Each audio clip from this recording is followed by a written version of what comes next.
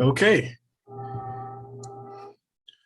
So, welcome to KPM episode 5. KPM is my attempt to engage in the phenomenological method by presenting seemingly complex philosophical ideas in a manner that an average Joe would understand them. My hope is that I will be. All right, let me restart that. Dang it.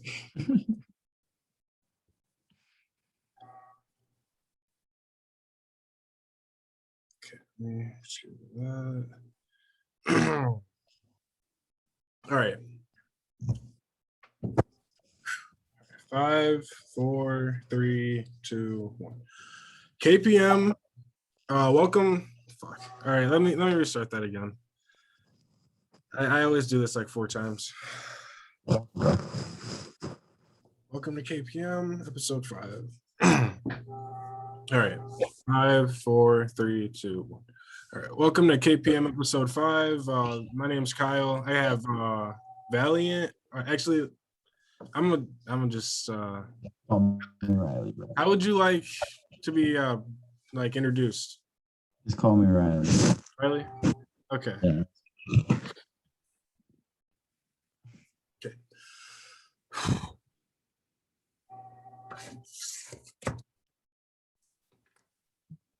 Welcome to KPM episode 5. I'm Kyle. I'm here with my friend Riley.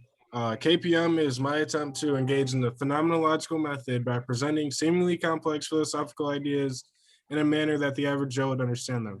I will be sharing my own personal conclusions, but my hope is that viewers engage the ideas and create their own conclusions.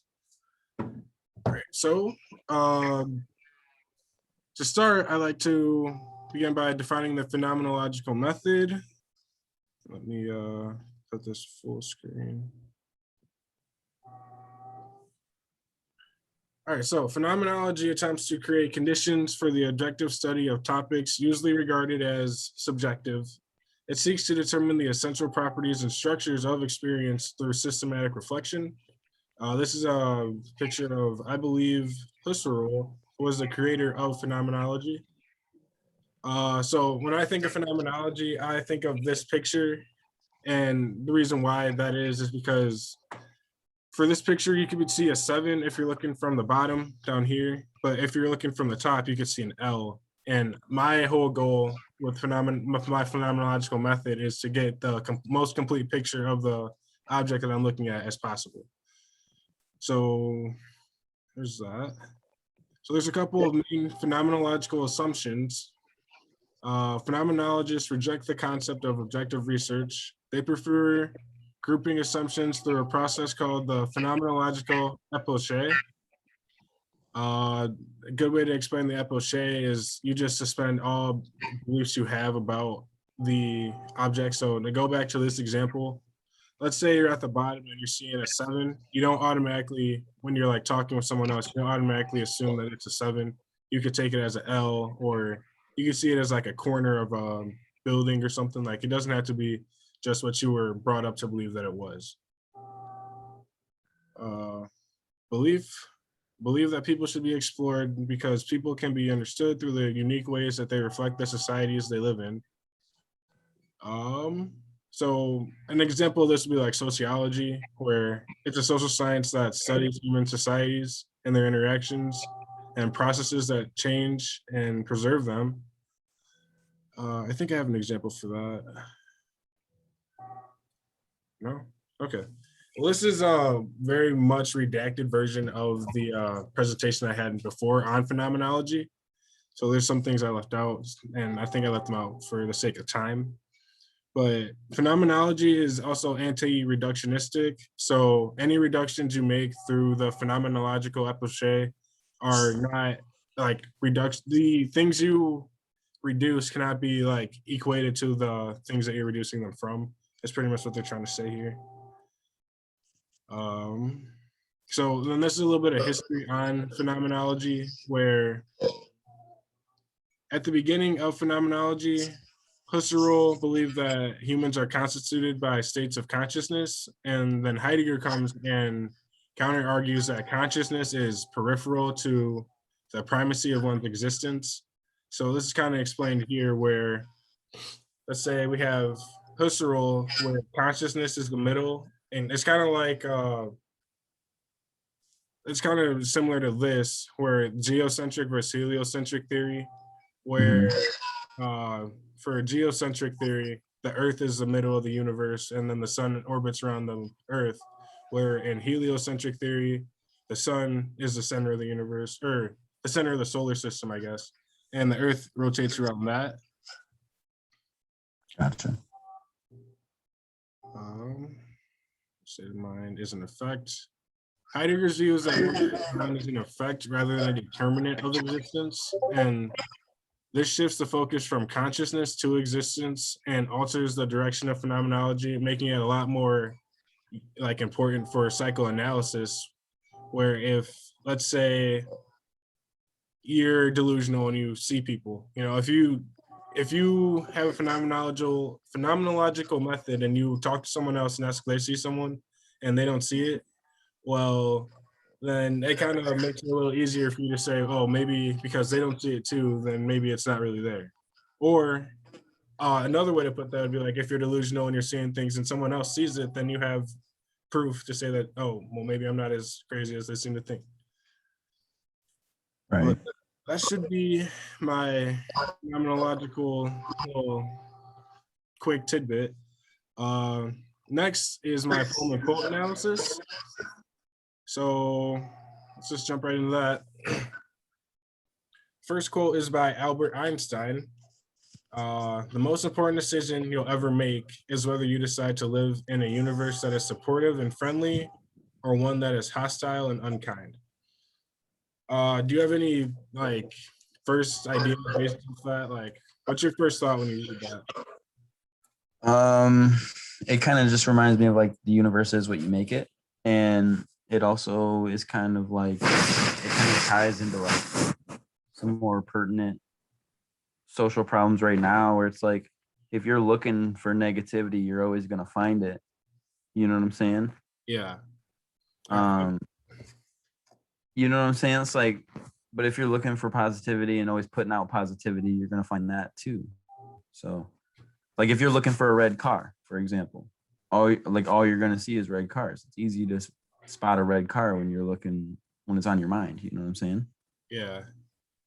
And I think that's really, those are some pretty great points. Yeah. When I think of this, I kind of go to the same place you went, where it's like, you kind of get what you're looking for. But have you ever experienced it when you've been looking for like good things and you've experienced like nothing but negativity in return? Yeah, but how I kind of view it is like, I always have this mindset of like everything happens for a reason. So like if something negative is happening to me, or if I'm feeling negativity, or you know what I'm saying, Yeah. that's meant to be. That's how it's supposed to be.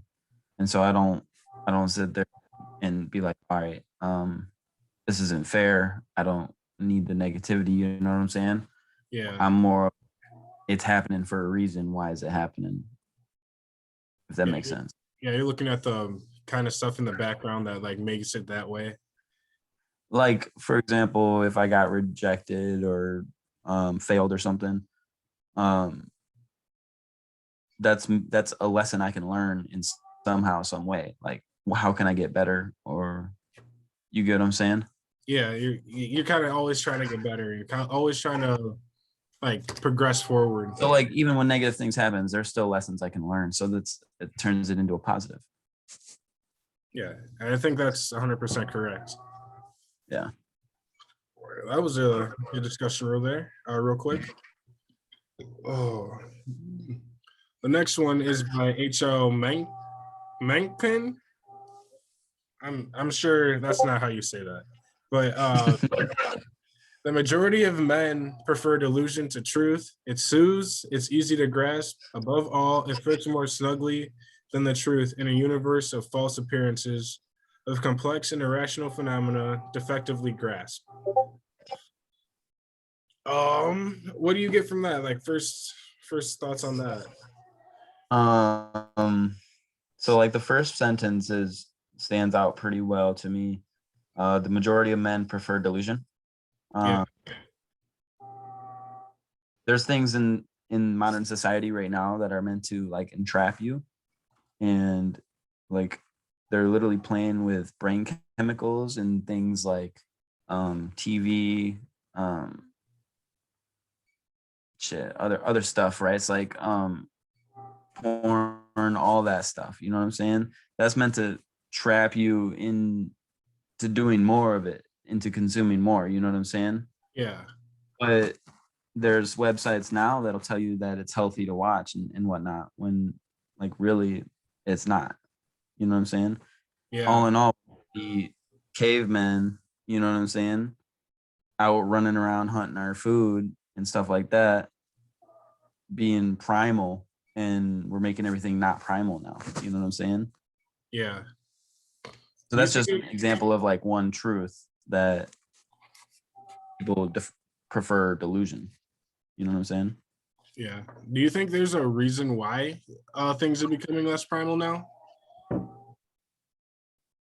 Well, I think it has to do with like advancing society and technology. You know what I'm saying? Like it's Yeah. gonna happen, but also being a lot of people aren't aware that it's happening, and that's the scary part.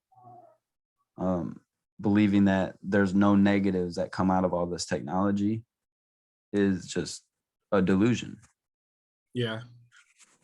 When you were saying all that, I was thinking like another delusion that people accept a lot is like smoking tobacco and smoking cigarettes. Like in the media, it's portrayed as like a good thing, but in reality, it's like fucking your lungs up and you're gonna have a lot of problems down the line. Yeah, and same with like certain people that smoke weed.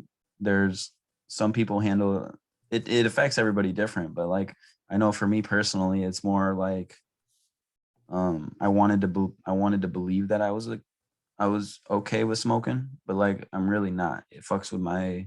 Am I allowed to cuss on this? I don't care. Okay, all right, cool. But it messes with my dopamine and serotonin and all that. And for a while, I was like delusional about it. I wanted to believe that this is how everybody feels on it, and it's not. It's just a case to case basis. Yeah. All right. Well, that was a good discussion. Mm-hmm. Let's see what we got next. All right. Truth has scarce done so much good in the world as the false appearances of it have done to hurt. Um,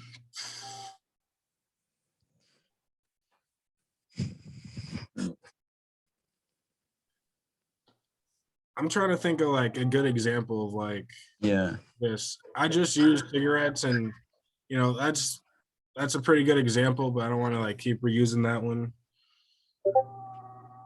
It's the false appearances of it. It as in the truth. Yeah. In the world as the false appearance of truth have done hurt. So basically it's saying the truth, it does good, but it doesn't reach the level of bad that delusion or like false things. Yeah. Like the damage is worse. Just like if you tell a lie, right? If you tell you're gonna break trust with whoever you told it to. It's gonna cause all sorts of things. Whereas if you just told the truth, you'd be on better terms with the person. You know what I'm saying? Yeah, and I'm sure like if you're gonna lie, like you're lying for a reason, but that reason, like however much pain you think that reason's gonna cause, isn't gonna cause as much pain as lying and then holding up that lie and doing all that other shit. Exactly. Okay, well, that wasn't bad. Let's see what we got next. All right, so this is the main topic today, the problem of evil. This is a topic I've written a lot of papers on in my philosophical kind of experience in college, and I really like this topic because it really kind of brings to bear and like brings it to light, like it kind of like brings into light the question of like how God can really be, like how God really is. And with that, I'd like to just go ahead and jump right in. All right. So, to start defining evil, I made all these little graphics here myself. So, uh, if they aren't that good, just let me know and I'll try to explain it a little better. I'll just put this Okay. I guess. So, there's four types of evil, really. There's moral evil and natural evil, and then there's a broad way to define evil and a narrow way to define evil. And on this Uh, slide, we have the moral versus natural evil. So, moral evil results from a moral agent, usually a person that engages in vice, either through intention or negligence. So, examples of this would be like murder, war, or any evil event where someone is responsible. Where natural evil is generally taken to be the result of natural processes, the evil identified as an evil only from the perspective of those affected and who perceive that specific evil as an affliction. So an example of this would be like cancer, birth defects, tornadoes, earthquakes, hurricanes. I have Uh, a question. yep. So you said like, for example, cancer and birth defects. Yeah. I know that I'll start with cancer. Processed foods cause more cancer, and that's somebody else supplying food that is processed to somebody else. Yeah. You know what I mean? And then birth defects, you can get birth defects from smoking while you're pregnant, drinking, all sorts of shit. So I think it's interesting to look at this is defined as a natural evil, even though I think it might be tied into that delusion a little bit. You know what I'm saying? Yeah. And so I was gonna get down to that in the bottom here, where Okay. just kind of the dividing line between natural and moral evil isn't absolutely clear because some behaviors can be unintentional yet morally significant, and some natural events, for example, global warming, can be Right. caused by intentional actions. Okay. Yeah, I didn't read down there yet, but that's Yeah. basically what I was saying. Rousseau points out the value judgment required to declare the 1755 Leibniz earthquake a natural evil. He says that the value judgment ignores the human endeavor of the construction and organization of the city of Leibniz that was also to blame for the suffering, as they had contributed to the level of suffering. It was, after all, the collapsing buildings and fires and the close human confinement that led to much of the death, instead of like the earthquake, actually. Right. So those are just a little pieces about natural moral Yeah. evil, kind of to give a little base, so like we can at least talk about the same things. Right. All right. So for the broad definition of evil, it is any and all pain and suffering, any bad state of affairs or wrongful action or character flaws. Evil cannot be correctly understood on a scale on which pleasure appears as a plus and pain as a minus. Singer says if something is really evil, it can't be necessary, and if something is really necessary, it can't be evil. So, yeah, I knew I had pictures on the side. And this is just saying that like pain and pleasure can't be, or evil can't be understood on a scale of like pain and pleasure, because evil is like something completely different from like bad emotions. Okay. So the narrow definition of evil involves moral condemnation and is described only to moral agents and their actions. So this eliminates natural disasters and animal suffering from consideration as evil.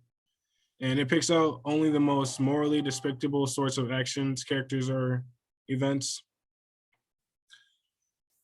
All right, Eve Garrod suggests that evil describes particularly horrifying kinds of actions that we feel are to be contrasted with more ordinary kinds of wrongdoing. So evil acts are not just very bad or wrongful acts, but rather ones possessing some specific horrific quality. So like when I think of this, I think of like comparing the Nazis to a petty thief. Like Yeah. there's a clear qualitative difference between like stealing and then what the Nazis ended up doing. Right. And that's only in the narrow definition of evil. If you're in the broad definition here, it's any and all states of bad affairs or wrongful action is a definition of evil. For most of the points in this talk, we'll be using the narrow definition just to kind of like be as specific as possible. Yeah. The broad is really broad. Like Yeah. every Anything. look is evil. Like It's crazy. All right, so now we're into the actual problem of evil. So the problem of evil refers to the challenge of reconciling belief in an omnipotent, omnibenevolent, and omniscient God with the existence of evil in the world. So for people in the audience who might not know these words, omnipotent is all powerful, omnibenevolent is perfectly morally good, and then omniscience is all knowing. Just about to ask. All right, so the problem may be described either experientially or theoretically, and I kind of made a little graphic here to explain like all the ways the problem of evil can be described. So there's the experiential problem, which is like you actually like experiencing the evil in your life. And then there's a theoretical problem of evil, which can be broken into two different ways of looking at it, which is the logical problem and the evidential problem, which we'll get into here shortly. All right, so the problem of evil is often formulated in two forms: the logical problem of evil and the evidential problem of evil. The logical form of this argument tries to show a logical impossibility in the coexistence of God and evil, while the evidential form tries to show that given the evil in the world, it is improbable that there is a all-powerful, all-knowing, and wholly good God. So to the logical problem of evil. It originated with the Greek philosopher Epicurus. Oh, excuse me. But Hume summarizes Epicurus's version of the problem as follows.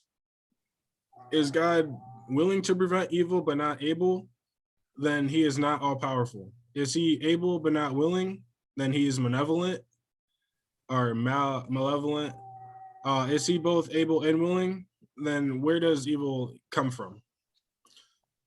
So the logical argument from evil is as follows. If an omniscient or an all-powerful, all good, and all-knowing God exists, then evil does not. There's evil in the world, therefore an all-powerful, all-knowing, morally perfect God does not exist. Mm-hmm. And then this is just another way of looking at it. It's a little more complex and gets into more stuff. So it goes, God exists. Well, this starts from God exists. Yeah. So God exists, and if God is going to exist, he has to be the most powerful being. And this is kind of something I didn't really get into in this video, so I'll just kind of give a quick explanation real quick. But in order for something to be God, it must be the most powerful being and like the most perfect being. So we can't imagine a God that would be more perfect or better than that. So he has to be all powerful, because if he's not, then I can imagine a God that's better. He has to be all knowing, because if he's not, then I can imagine a God that's better. And if he's not morally perfect, then I can imagine a God who would be morally perfect and would be better. So those are the three criteria usually given in like philosophy of religion discussions for the existence of God. So that was 1B. So we're at 1C here. And omnipotent being has the power to prevent that evil from coming into existence. An omnibenevolent being would want to prevent all evils. An omniscient being, an omniscient being knows every way in which evil can come into existence and knows every way in which those evils could be prevented. A being who knows every way in which an evil can come into existence, who is able to prevent that evil from coming into existence, and who wants to do so, would prevent the existence of that evil. So if there exists an omnipotent, omnibenevolent, omniscient God, then no evil exists.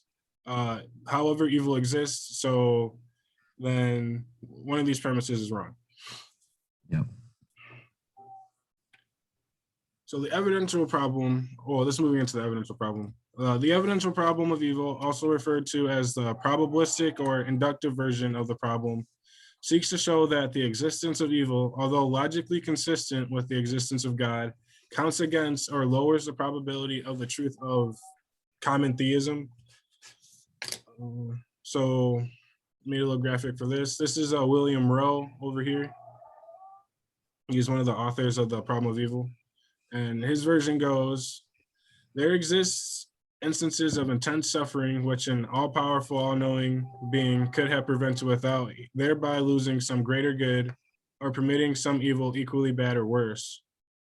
An all-knowing, holy good God, an all-knowing, holy good being would prevent the occurrence of any intense suffering it could, unless it could not do so without thereby losing some greater good or permitting some evil equally bad or worse.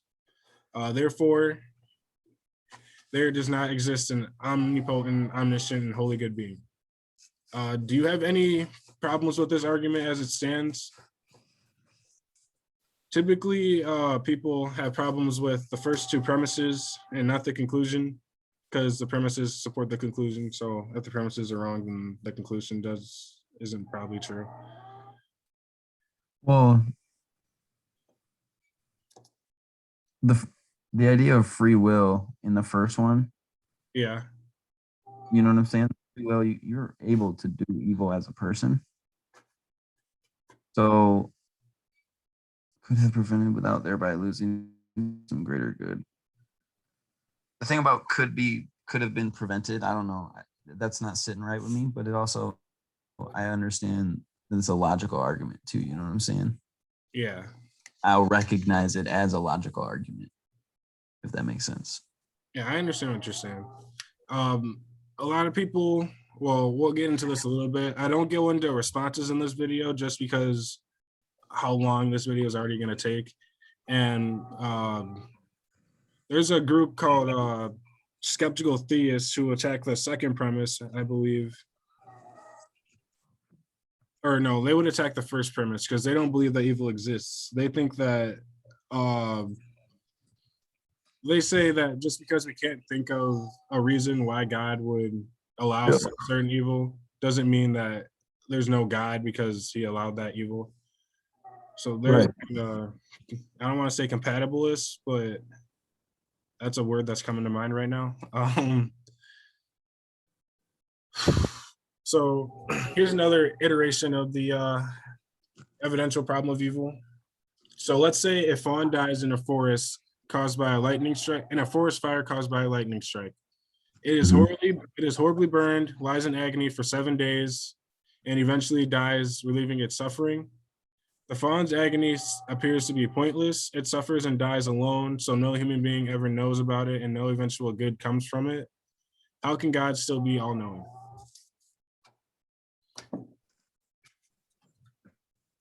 So pretty much what they're getting at here is like all the animals that die in forest fires and shit like that, like if we're supposed to learn something from the evils that we experience, then what are we supposed to take from that? Like, Right.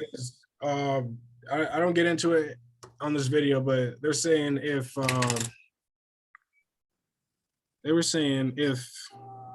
the evil is necessary for greater goods, then I have no responsibility to try to prevent the evil, because then I would be preventing the ability of us to reach greater goods. So it kind of like gets rid of morality in a sense, because then I'm not supposed to stop evil at all, because if I do, then I'm not going to be able to reach a greater good. So what would be the point of trying to stop evil? Yeah, and it's a rock solid argument too. Yeah. So that's what people. Oh, sorry, what were you saying? I just can't think of anything like any reason why. Like how he could still be omniscient. Yeah, and Scenario, that's kind of what I like wanted people to come to the conclusion of. Is like it's not really easy to like just say. I mean, it's really easy to say, oh, God's all powerful, all knowing, and morally perfect, and does all this stuff. But if you really think about it and look at the arguments, it's kind of hard to say like yes or no, because it's hard. Like for me, the way I feel about it, like it's hard for me to say there's no God with like some of the way things have played out.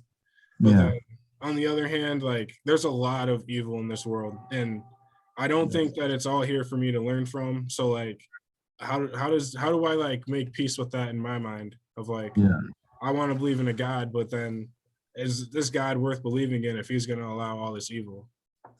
Right. All right. So here's another iteration of the evidential problem of evil. This one is from Paul Draper. He's actually the creator of skeptical theism, what I was talking about a little bit ago. So his version goes, gratuitous evil exists.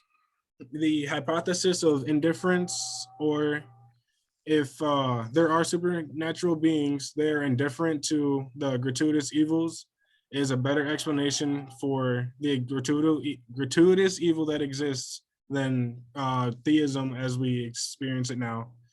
Therefore, evidence prefers that no God, as commonly understood by theists, exists.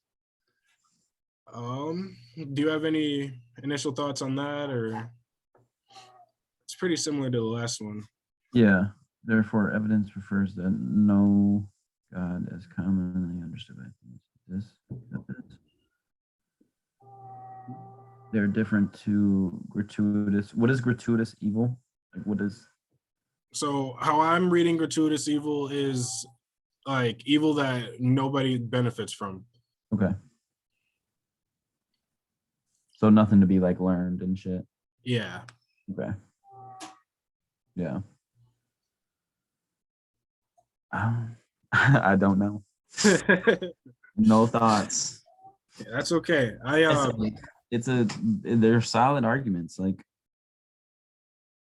yeah, and logic. sorry, what were you saying? I said you can't argue with logic. True, but I mean there are some arguments in favor of God in the face of evil. One argument, since I'm not even going to get into them today, I can just do a little quick explanation real quick, is the Soul-Making Theodicy. So this argument goes something along the lines of evil exists because we're supposed to beat it, and it makes our soul stronger existing through evil. So God puts us on earth with evil to like kind of prepare us for the afterlife. Yeah. I'm not a big proponent of this view just because it's kind of life negating. It just kind of makes it so that the life we live now doesn't matter. It's the life that we'll live once we die that's important. And I think that's life negating. And I don't like that. Yeah. Yeah, life definitely matters. You know what I'm saying? This is important. But it does make sense too, yeah.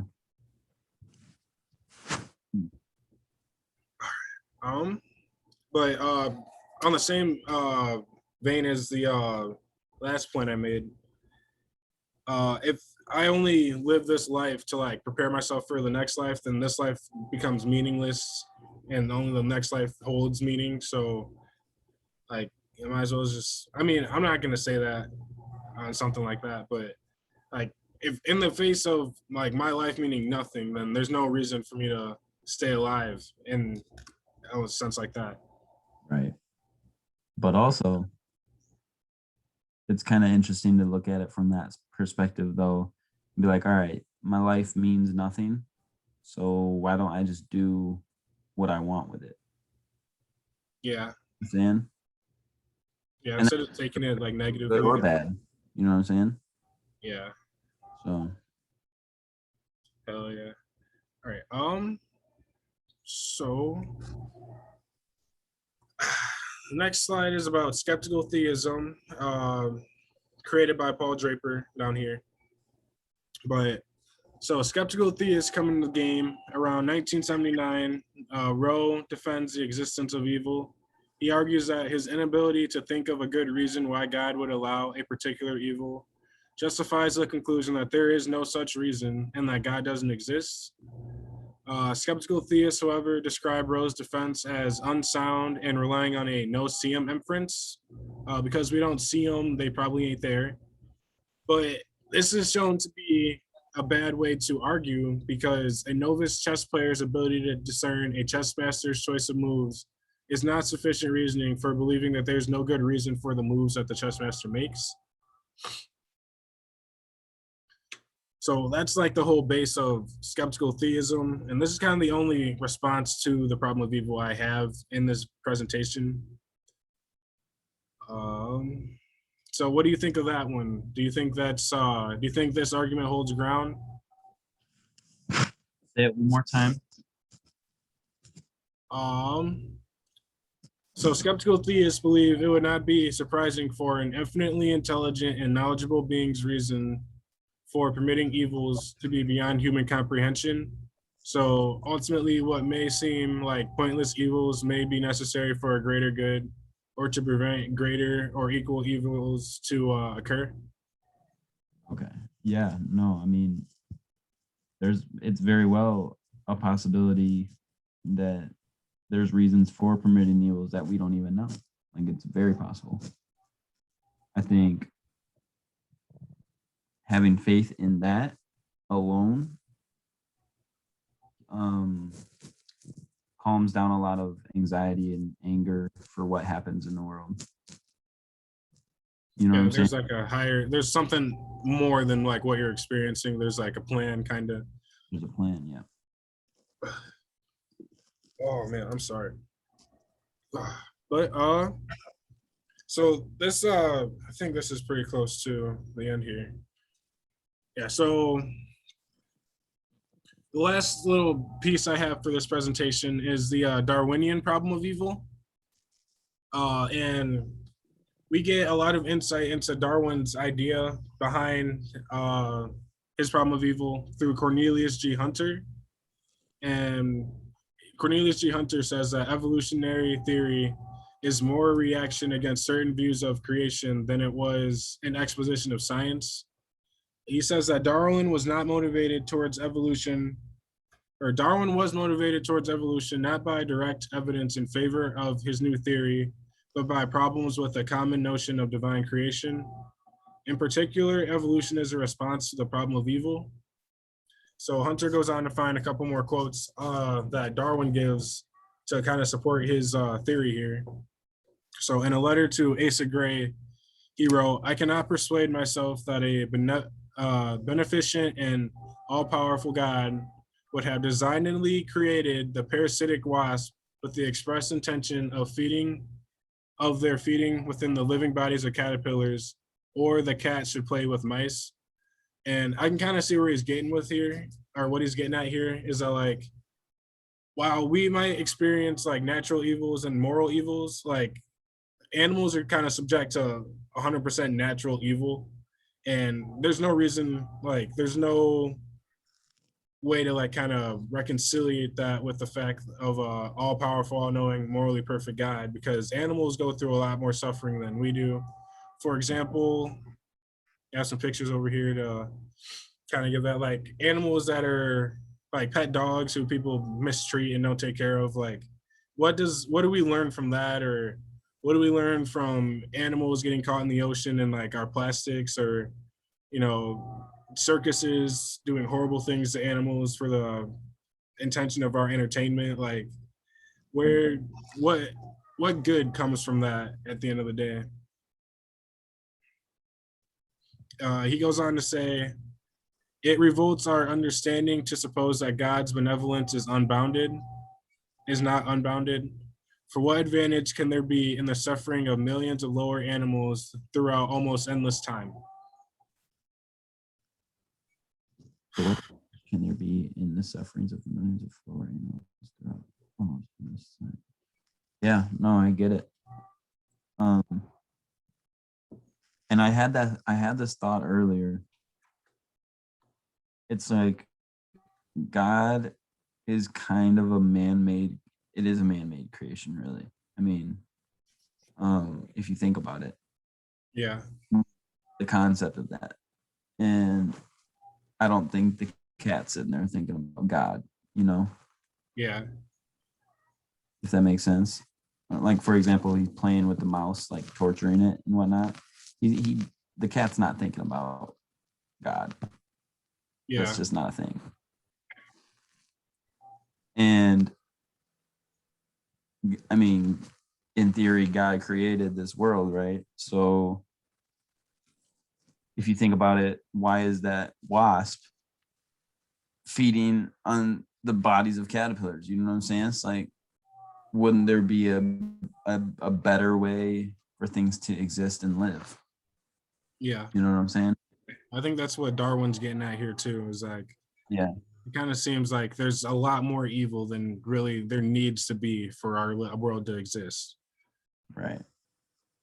I didn't have it on here, but he was saying like the laws of thermodynamics and the laws of like space and time and shit just as much contribute to evil as much as they contribute to good.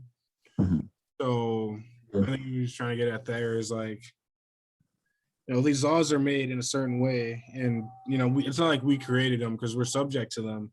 So how why is there so much evil in the world when it doesn't have to be that way? Like, especially if something like first started everything, and like if that being who started everything is all knowing and all powerful, then he could have easily like known that and made it so that didn't happen.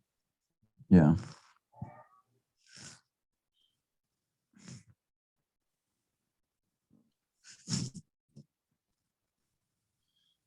It just kind of made me think like, like yin and yang. Yeah. I just kind of thought like, or like the devil on your shoulder versus God on your shoulder. Like, I think it's kind of like that, where it's like, there's two forces. There's but the thing is, it's not all powerful. Yeah. The God would be all powerful if there's two. Like two forces, you know what I'm saying? Like a good God and a bad God, hence the devil or whatever. You think that they're equally powerful? I think evil is more powerful because it is easier.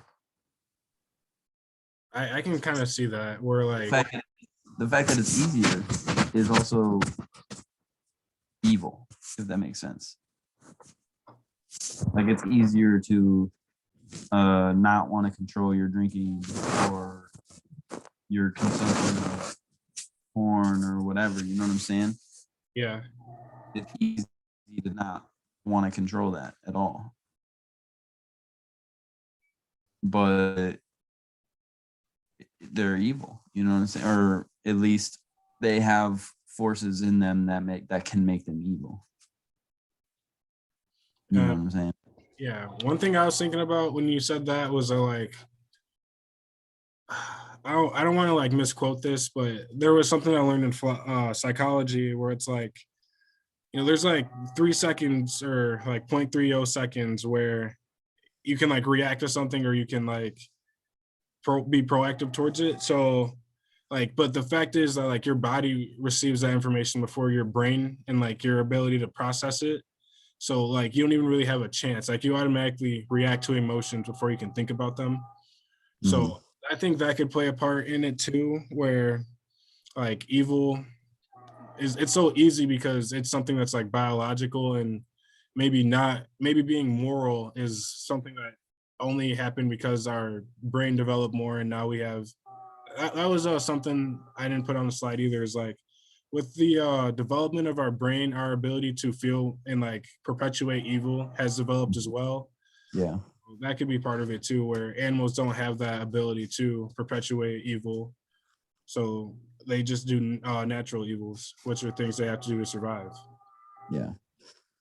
Yeah. I mean, if you think about it, back in the day, all we knew was survive. Yeah.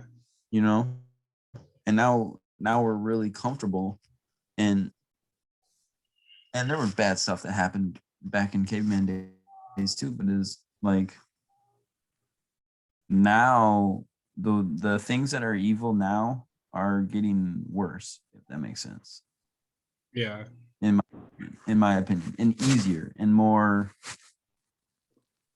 prevalent. Yeah. And they're masked with things like through technology and media. Like it all has to do with like chemicals in your brain, right? Like addiction, any type of addiction is a chemical brain thing. And that a lot of times that can go unseen. Like, and people won't understand why they're addicted to whatever. It's like you're literally getting trained to do it. Like the dude that trained the dog's mouths to water by ringing a bell. Yeah, it's the same thing. So I don't know. That's kind of how I feel about like the evil in this world now. Yeah, and I think that kind of goes back to the moral versus natural evil discussion we had earlier, where like people are like actively trying to like make porn more accessible or make smoking or whatever more accessible, and then Yeah. that kind of shifts into like a natural evil where like, oh, because I've been smoking cigarettes for half my life, when I don't smoke, now I have seizures, or now I can't stop shaking or something, you know? Yeah. I've been training myself to do that. Yeah. Exactly. All right.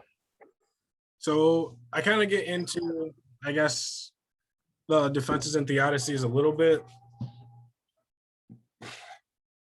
So these are both responses to the problem of evil. So I actually don't get into this, but I'll probably just, if you're okay with it, I'll go to the Wikipedia page and we can just kind of read through some of the responses real quick, just for the sake of argument. But a defense refers to attempts to show that there is no logical incompatibility between the existence of evil and the existence of God. It's important to note here that this does not require a full explanation of evil, and it is successful if the argument shows that the existence of evil and the existence of God are logically compatible. And it doesn't even have to be true or even probable. It only needs to be possible, since a false though coherent explanation would be sufficient to show logical compatibility, which is what the problem of evil says is impossible. Uh, Theodicy, however, is kind of a bigger deal because they attempt to give an actual explanation for the existence of evil to rebut the evidential argument from evil.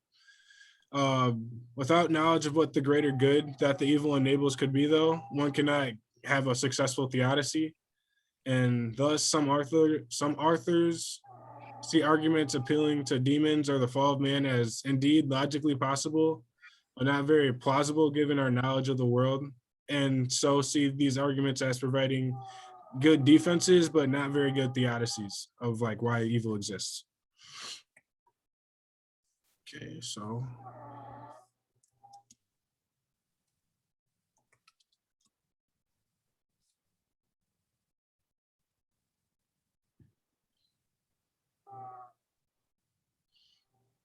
formulation, evidential, philosophers, general. All right, so there is an evolutionary theodicy. I was kind of looking at this a little earlier, but in response to arguments considering natural evil and animal suffering, Christopher Southgate has developed a compound evolutionary theodicy.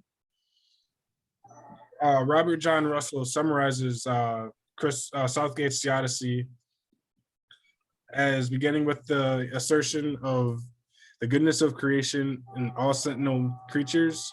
Next, Southgate argues that Darwinian evolution was the only way God could create such goodness, a universe with the sort of beauty, sentience, and sophistication of creatures that the biosphere now contains could only come about by the natural process of evolution. So pretty much the theodicy here, or the reason that evil exists here, is the only way that we could exist the way we do is if evil existed. Yeah, it says the goodness of creation is intrinsically linked to the evolutionary processes by which such goodness is achieved. So basically, in order to achieve goodness, there had to be like evolution, which has been ugly and evil, and you know what I'm saying? Yeah, and I think if I remember correctly, it said something about like suffering is a natural part of evolution. So like that's an explanation for why evil's there. The reason why we're suffering is because we're constantly evolving. No pain, no gain. Nature embodies redemptive suffering as exemplified by Jesus. The capacity to suffer through to joy is a supreme emergent in essence of Christianity. The whole evolutionary upslope is a lesser calling of this kind. He calls it the cruciform creation, where life is constantly struggling through its pain and suffering towards something higher. Rolston says that within this process, there is no real waste, as life and its components are forever conserved, regenerated, and redeemed, which I'd say is kind of spot on.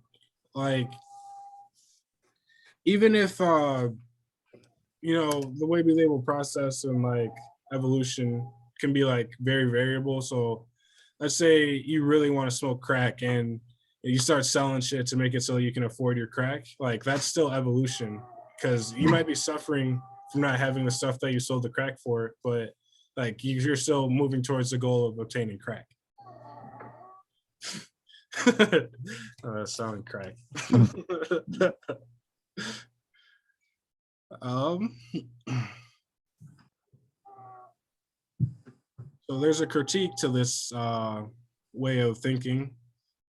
In what Russell describes as a blistering attack by Wesley Wildman on Southgate's Theodicy, Wildman asserts that if God really is to create a heavenly world of growth and change and relationality, yet no suffering, that world and not this world would be the best of all possible worlds. And a God would not do so. All right, so and a God that would not do so would be flagrantly morally inconsistent. However, Southgate responded that since this was the world God created, we can justifiably presume that this was the only type of world that would do for the creating of selves of each sentient creature. So that means that our guess must be that though heaven can eternally preserve those selves society and suffering-free relationship, it cannot give rise to them in the first place. So I think what he's trying to say there is, even though heaven can like create an environment for like free suffering-free, like it can't create people in that environment. Right. Okay. That makes sense. Like you have to go through, like this is a vessel. Yeah, kind of. Yeah.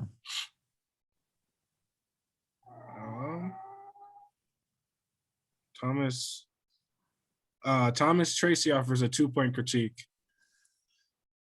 The first is the problem of purpose. Can evolutionary processes in which chance plays so prominent a role be understood as the context of God's purposive action? The second is the problem of the pervasiveness of suffering and the death in evolution.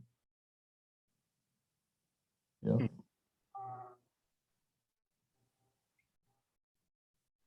I mean, here's the thing: we don't even know death is bad. Yeah. You know what I'm saying? Like we're talking about death as being an evil, and like there's evil ways to die for sure, but for all we know, death is beautiful. Yeah, we have no idea, and anyone who's experienced it, we have no way of contacting. Exactly. I think there was something in this paragraph here. John Polkinghorne addresses Tracy's objections by discussing chance as a necessary aspect of evolution. Too much deterministic order, and there is no new life. Too much chaos, and life cannot adapt. According to Polkinghorne, the existence of chance does not negate the power and purposes of a creator because it is entirely possible that contingent processes can, in fact, lead to determined ends. So I think what he's trying to say here is like sometimes randomness can lead to like a set goal. But in Polkinghorne's view, God is not a puppet master pulling every string. Francisco Ayala adds that this means God is not the explicit designer of each facet of evolution. It is sufficient to theologically assume that the emergence of some form of self-conscious God, conscious being, was an aspect of divine purpose from the beginning, whether God purposed humankind specifically or not.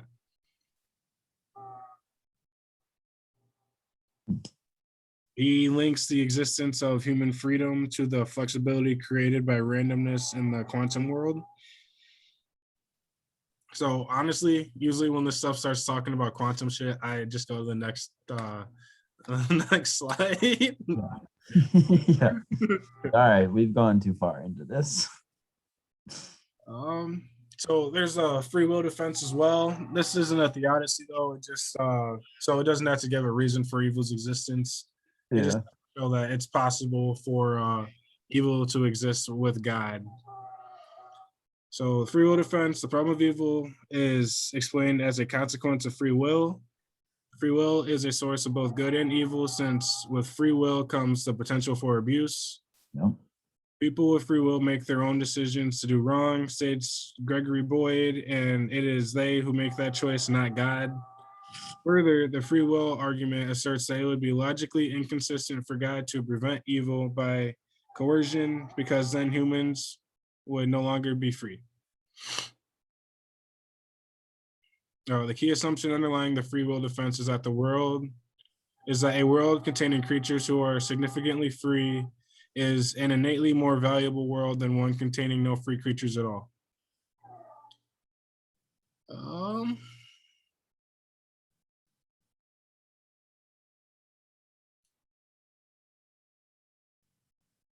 So I guess what he's trying to get at here is the virtues that make freedom possible, such as love, trust, and charity.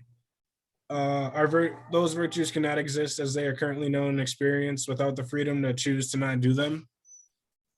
Such goods benefit those who receive them and those who bestow them. So I guess he's saying that you gain a little bit when you donate to food pantries and shit. But I guess that's only true if our moral system's correct. Like, it could just as easily be that, every time you donate, you're actually screwing yourself and your family, because now that food that could have been for your baby is going to someone else. Right. But also, so it was like a karma thing, is what you were saying? Like, you donate food to get. Yeah, kind of that way, like with the free will defense. Yeah, okay. Further critiques, most philosophers accept Plantinga's free will defense and see the logical problem of evil as have been fully rebutted. In 1982, Mackey concluded that Plantinga's defense successfully refuted his argument in The Miracle of Theism, though he did not claim that the problem of evil had been fully put to rest. William Rowe, in referring to Plantinga's argument, has written that, granted incompatibilism, the view that a deterministic universe is completely at odds with the notion that persons have a free will, there is a fairly compelling argument for the view that the existence of evil is logically inconsistent with the existence of the theistic God. Okay, so we kind of talked about that earlier. It acknowledges that many philosophers seem to suppose that Plantinga's free will defense utterly demolishes the kinds of logical arguments from evil developed by Mack. He also says, I am not sure this is a correct assessment of the current state of play.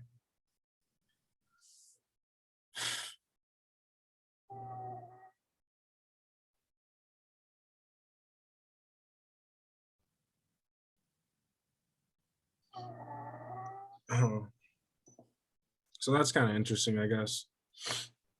He's saying that he doesn't know if free will is like the current state of our adventures, or like how we're living. Yeah, that's interesting. And the problem I have with that is, like, he decided to wrote that. So, like, how are you gonna say that free will isn't real if, like, you're constantly making a decision to write X, Y, Z? You know what I mean? Yeah.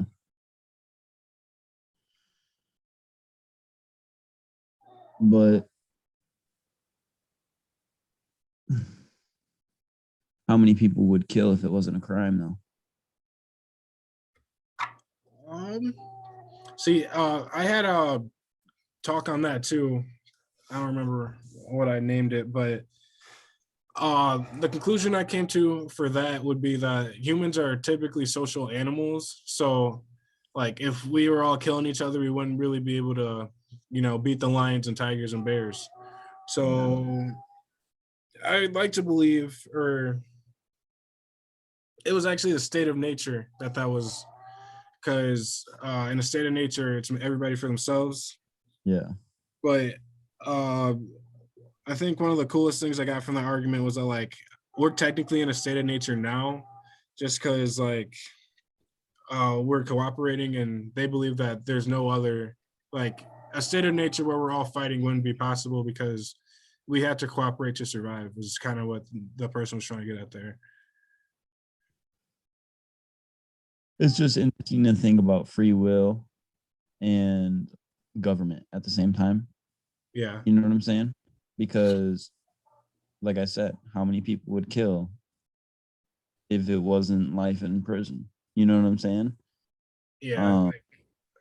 So actually, I can pull up the slides for that real quick. I'm gonna have to cut off my screen share though for a second.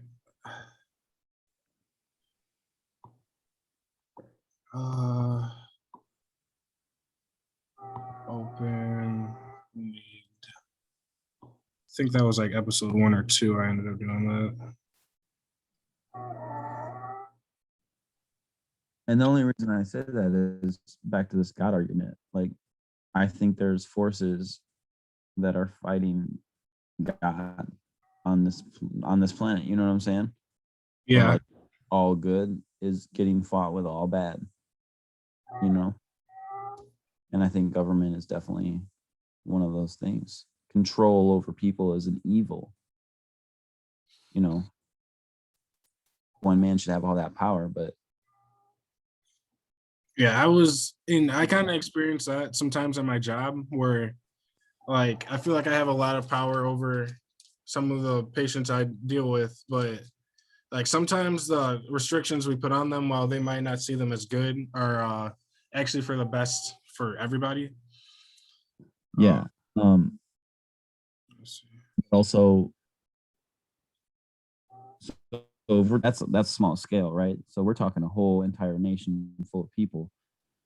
How does one man make a decision that's best for the entire population of a country without inferring that he knows better and is better than those people? Yeah, You know what I'm saying? I know what you're saying. Yeah. And I'm not even talking to anybody specific. I'm just talking about how power is actually evil, or can be, because there's one leader, and that's God. Well, that's if God exists. If there's no That's it. Right. Exactly. dude, what the fuck? I can't find this shit. I don't know. Maybe I'll try to pull it up on YouTube.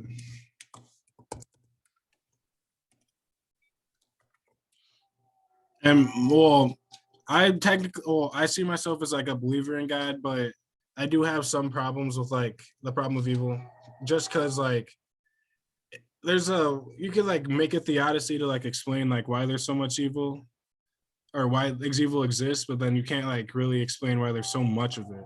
Like, Yeah. why do animals have to suffer? Why do all these other like things that don't even like affect me or anything like that? Why do they have to suffer as well? Yeah.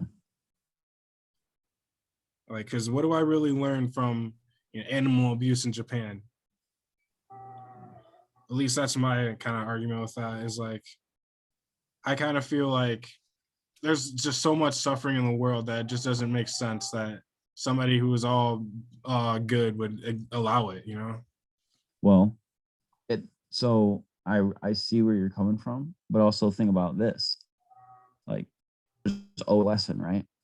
It's like, damn, this world's kind of fucked up. I'm blessed. Yeah, You know what I'm saying? I can see that too. Where it's like, damn, shit's really bad, but like at least I can do something to like make it better, and my life's not as bad as what it could be. And that's where I think the lesson to be learned is. That's the turnaround. Oh, come on, you're doing too much. All right, here we go. Oh, it just fucking closed. All right, there we go. Oh, damn, I'm sad. Can't open it. No, because the slides were for my first video. I didn't have any slides, so Gotcha. progress. But we were talking about the state of nature and like how. Damn, that sucks. I'm really kind of sad I can't pull those slides up. Anyway, do you have any more points or talking, like anything else to say about the problem of evil? Um, Nothing specific comes to mind on it, but it's, for example, like why is evil so prevalent? Is that what you're saying? Is that like, Well, that's not what exactly what I'm saying. I'm just asking like if you have any final thoughts, but like that's definitely something we can discuss real quick here. I mean, I just think that, you know, there's good and bad everywhere, and there's two forces, you know, yin yang. And um learning, being able to take something negative and turn it into a positive is doing good work. You know, evil versus good, it's doing the good side of work. You know what I'm saying? Yeah, Because if you see, you know, you see some animal getting abused over in another country or wherever, you're gonna be like, all right, I really love my pet and I'm gonna cherish it and take care of it and this, that, and that's good. So, you know, with every evil, there's a good counterpart. You just have to train your mind to think like that, yeah, you know. And although it's not happening to you, you have to treat this world, this whole world, like it's your own, because it is. Like everybody's own world is their own. yeah. So recognizing that there is evil and then bringing good into the world is doing good. You know what I'm saying? God's work. I can understand that. Yeah, Yeah. And then that's my whole thing on it is, so if there's positive to be taken from it, which there literally always can be, then that defeats the problem of evil. That discredits it in my mind. Oh, so you're saying that it's just a problem of like perception, like Yes. evil that you're experiencing could be. That's a skeptical theist way of doing that, by the way, Yeah. because they think that you should be skeptical that the evil that you experience isn't a good enough reason to discredit God. Right. Because I agree. Because like I said, because there could be a master plan, you know, you don't know. You literally don't know. yeah, and And oh, no, go ahead. I was gonna say, and I think that what they were saying for Roe, where his argument of it's a no seum inference, I think that's a really good way of putting that. Where just because he can't think of it doesn't mean that it's not real. You know, like the Right. chess master compared to a novice, like a novice isn't gonna know what the chess master is doing, even though he's probably gonna get beat anyway.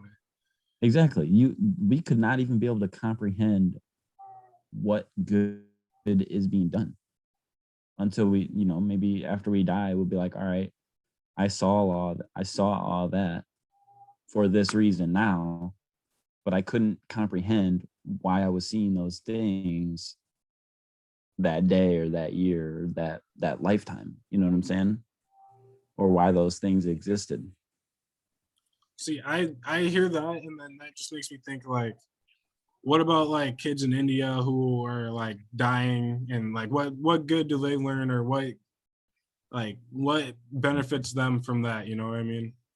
Yeah. And That's that's it's my main problem with this is like there's just so much evil that it just doesn't seem like everyone like benefits from the evil that they experience. yeah. Well,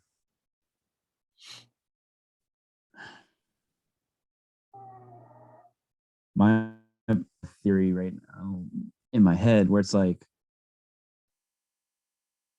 those kids, for example, say a kid dies early, I believe that heaven is all good, you know. It's like pure everything you want, everything that's good for you, everything you need, Yeah. and like you said, this earth is a vessel, or like you described earlier, it's like this earth is a vessel. So when it's your time to go, you go because you need it.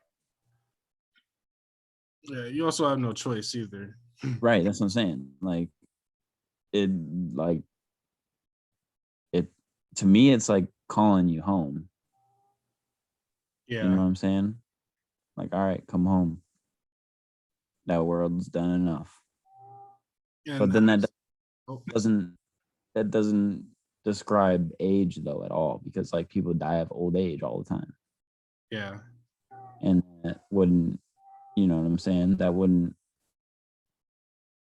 play a part in the coming home thing because of suffering. You know what I'm saying? Whereas those kids get called home because of suffering. You don't, I mean, maybe old age is suffering. I don't know. I'm sure a lot of old people would agree with that one. Yeah. I feel it already coming.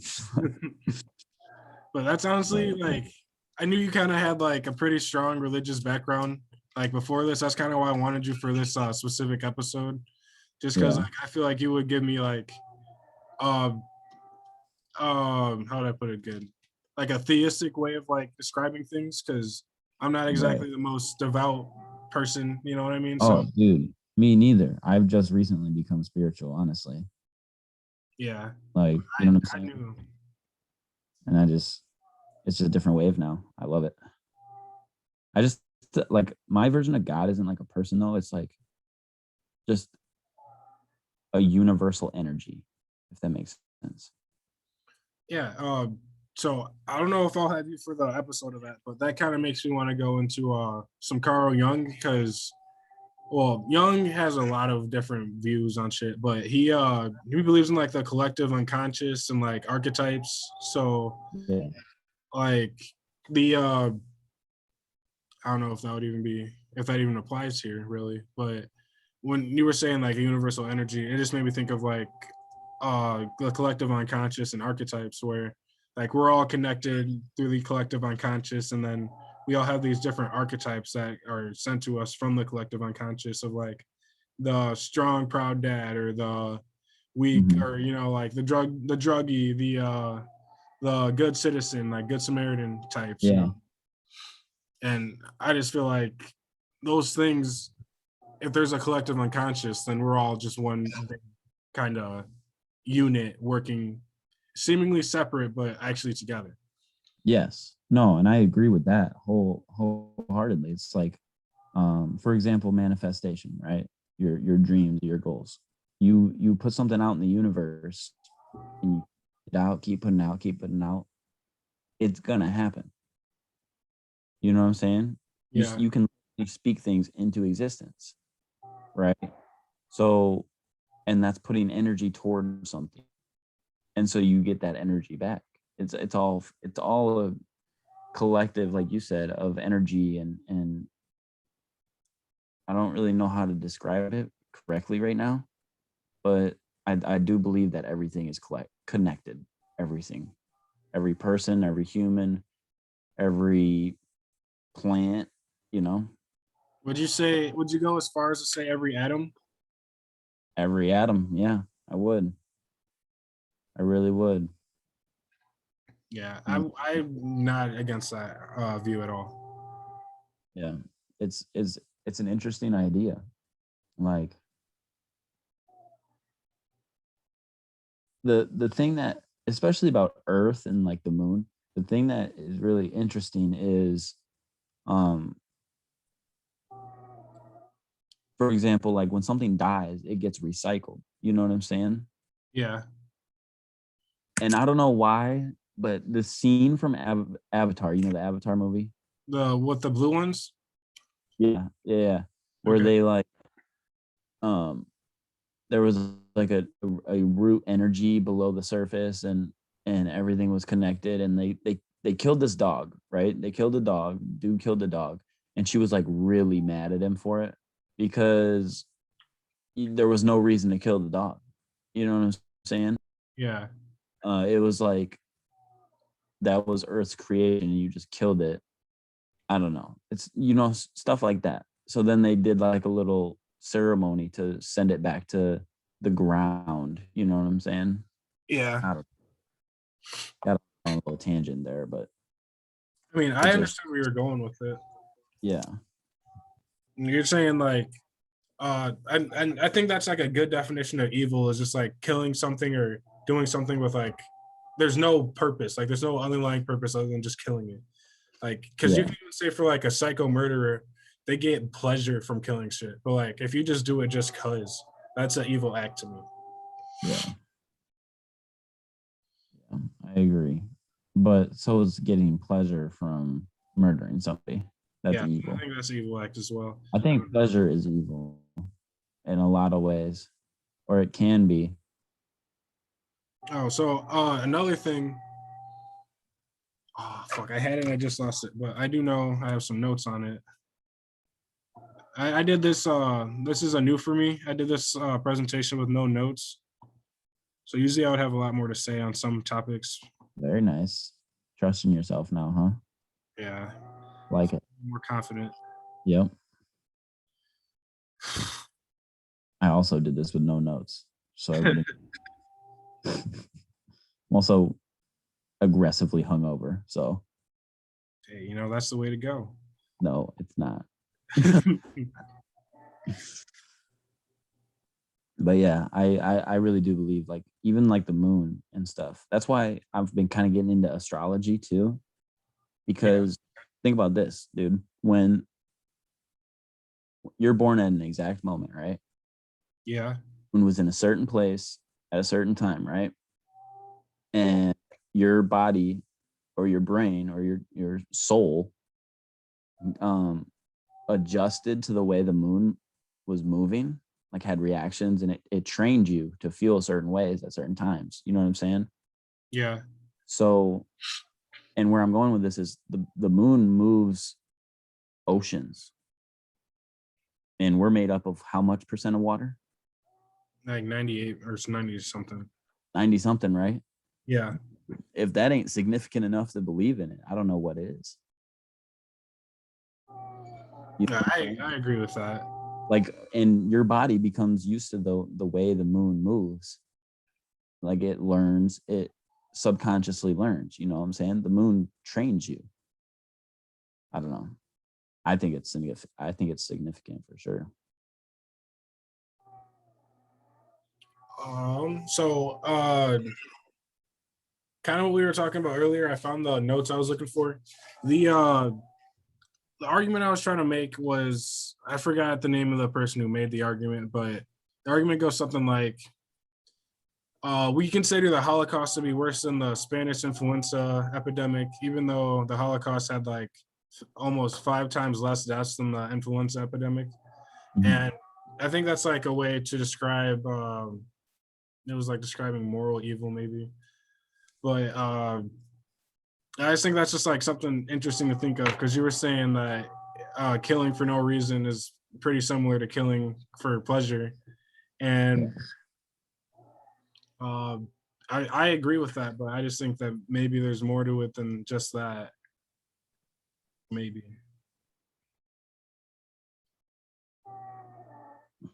So this makes me go back to the two-faceted, the two-sided good evil powers. You know what I'm saying? Yeah. I think that there's not one entity. I think it's two entities that can put bad things in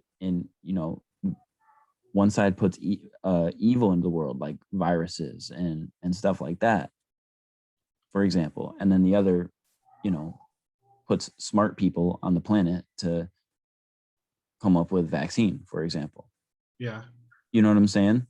Like, I think that's really what I believe, is that there's good and evil powers working against each other. So this kind of goes, I don't know how strongly or loosely it's connected to this, but that made me think of like ego, superego, and the Yeah. like the maybe. But the way I explain or at least understand those is like, and I'm probably gonna butcher this, but the ego is more like biological, then the super ego is kind of like a higher power, like understanding of morality, I guess, and then Mhm. it just kind of discriminates between both of those. And Yeah. I think that you can easily say that the devil on your shoulder is like your ego, and then your super ego is the morals and values that you were brought up with, and then you're the one, Yeah. you're the id who has to decide like, oh, I'm gonna follow my ego, or I'm gonna follow my super ego here, or Yeah. maybe my super ego is overreacting, or maybe it's not as serious as what I believe. Yeah. So like I use the word soul a lot, like Yeah, soul, which is kind of like what, when you're doing something that you don't want to be doing, you know what I'm saying? yeah, Like, for example, if we're talking about like doing something that you're not proud of, you know what I'm saying? You may be enjoying it even in that moment, but deep down, there's something in you telling you, and you know it, and you push that shit away. You, not you personally, but whoever it may be, pushes that away in a sense. You know what I'm saying? Hides it away. Doesn't listen to that thing that's inside them talking to them. And I think that's kind of what I've been getting at this whole time, is that there's things in the world right now that are just killing. They're trying to kill your soul. Make it powerless. You know what I'm saying? yeah. And yeah, I don't know. My dog just walked in, so I kind of lost what I was saying. So from what I understand, you were saying that there's things in this world that are weaken our souls. Yeah. 1 second. Okay. Out. Go. So yes, there's things to weaken our souls for sure, like that listening to our soul shit. All right, keep going. Oh shit. Well, actually, I think this might be a good place to call it, just because of how much memory space I have in my laptop right now. But thanks for coming on, Thanks for having me. watching. If you like this kind of material or like this content, please like and subscribe. I'll be coming out with videos as quickly as I can put them out. I'm doing this all by scratch, so it kind of takes me a little bit longer. But please, if you have any comments or if you think me and Riley got it wrong somewhere, just let us know in the comments, and we'll either reply or incorporate your response into the next video. With that said, thank you everyone for watching. Everyone have a nice day. Peace. So.